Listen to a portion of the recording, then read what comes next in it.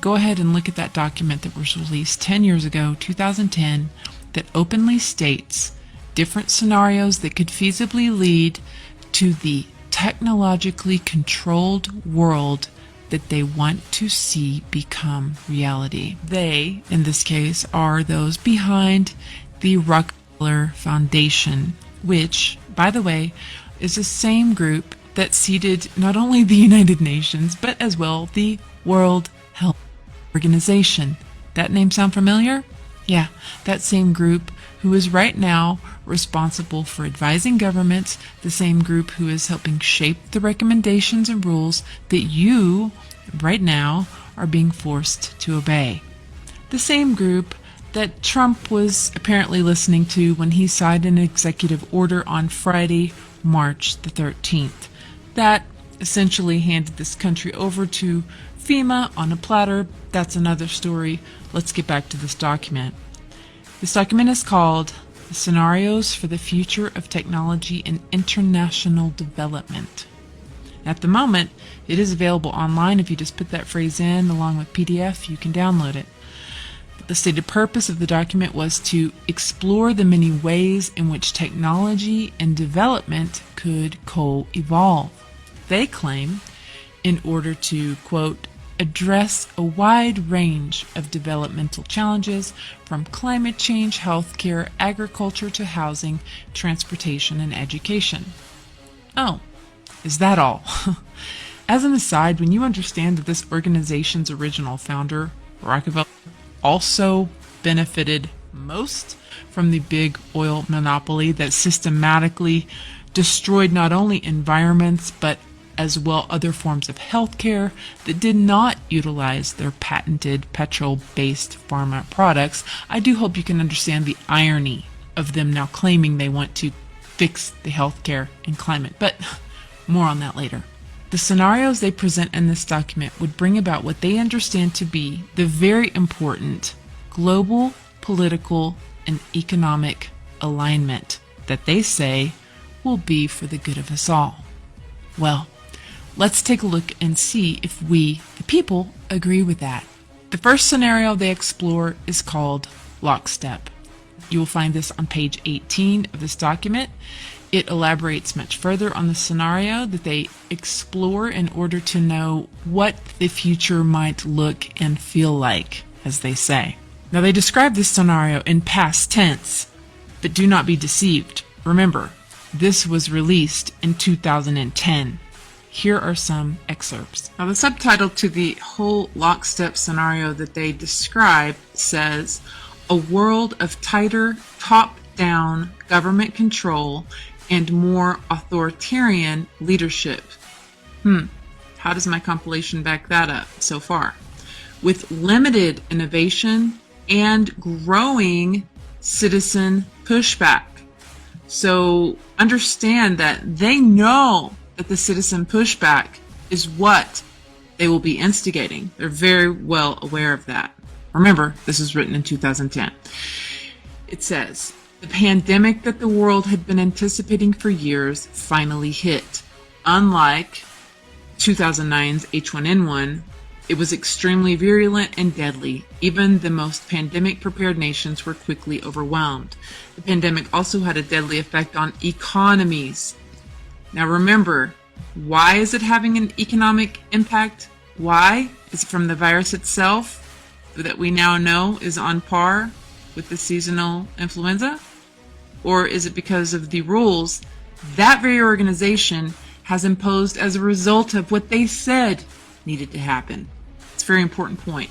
It says it had a deadly effect on economies. This is what they wanted. International mobility of both people and goods screeched to a halt, debilitating industries like tourism, breaking global supply chains. Food supply chains, anyone, perhaps? Even locally, normally bustling shops and office buildings sat empty for months, devoid of both employees and customers. It blanketed the planet, they say. Even in developed countries, containment was a challenge, right? That's how they want to portray it in the media that they also control. However, a few countries did far better. China in particular. The Chinese government, quick, imposition and enforcement of mandatory quarantine for all citizens, as well as its instant and near hermetic sealing off of all borders, save millions of lives, they say, stopping the spread of the virus far earlier than in other countries. It says China's government was not the only one that took extreme measures to protect its citizens from risk and exposure. During the pandemic, national leaders around the world flexed their authority and imposed airtight rules and restrictions, from the mandatory wearing of face masks to body temperature checks at the entries to communal spaces like train stations and supermarkets. Are we seeing this? Yeah, absolutely. Even after the pandemic faded, y'all, listen to this, this more authoritarian control and oversight of citizens and their activities stuck and even intensified. Leaders around the world took a firmer grip on power. Again, this is what they want to see happen. At first, the notion of a more controlled world gained wide acceptance and approval. Right here in America, I would agree. Citizens willingly gave up some of their sovereignty and their privacy, even eager for top-down direction and oversight, and national leaders had more latitude to impose order in the ways they saw fit. In developed countries, this heightened oversight took many forms. Biometric ID for all citizens, for example, and tighter regulation of key industries. Keep your eye on the food, guys, because that's the one they really want to take down, in my opinion. Tighter regulation of key industries was deemed vital for national interests. Enforced cooperation with a suite of new regulations and agreements slowly but steadily restored both order and, importantly, economic growth. Remember, one of the main proponents of this whole thing that we're seeing speak out is Bill Gates. And what is he saying that we need to do before order and economic growth can come back, before we can go and hang out in groups again? What is he saying that we need to do? For the world at large, normalcy only returns when we've largely vaccinated the entire global population. Do you see this biometric ID for citizens? And what is Bill Gates saying needs to happen in order for us to get that sort of thing? Not that any of us actually want it. It goes on to say, in the developed world, the presence of so many top-down rules and norms greatly inhibited entrepreneurial activity. Scientists and innovators were often told by governments what research lines to pursue. Isn't that interesting? Do they not want us to pursue the lines of research that would prove their entire narrative was based on lies? Research that would show the truth about this virus?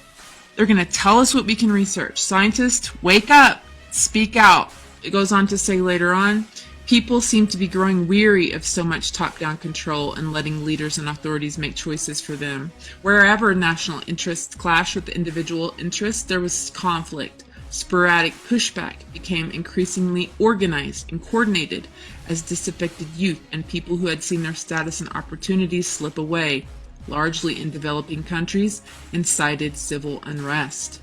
Even those who liked the stability earlier on began to grow uncomfortable and constrained by so many tight rules and by the strictness of national boundaries.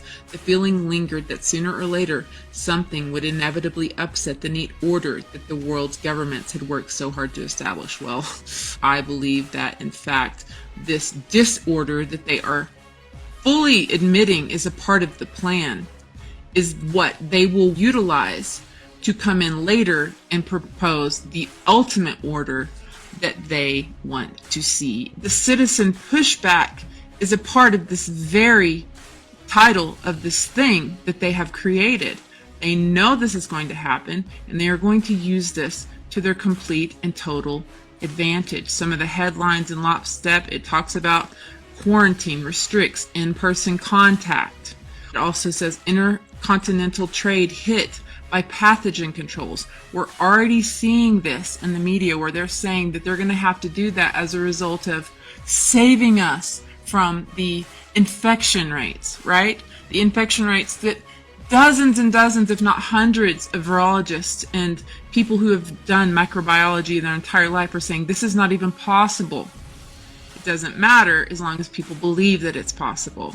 In the bottom, it talks about the technology in lockstep, and this is what they really want to bring in as a result of this disorder that they are causing by destroying our very ability to take care of ourselves through our small business. Technology in lockstep says the scenarios point to the development of certain kinds of technologies. Technological innovation in lockstep is largely driven by government issues of national security of health and safety. So you can be sure that when they ask you to take an SHOT, it will be absolutely your duty as a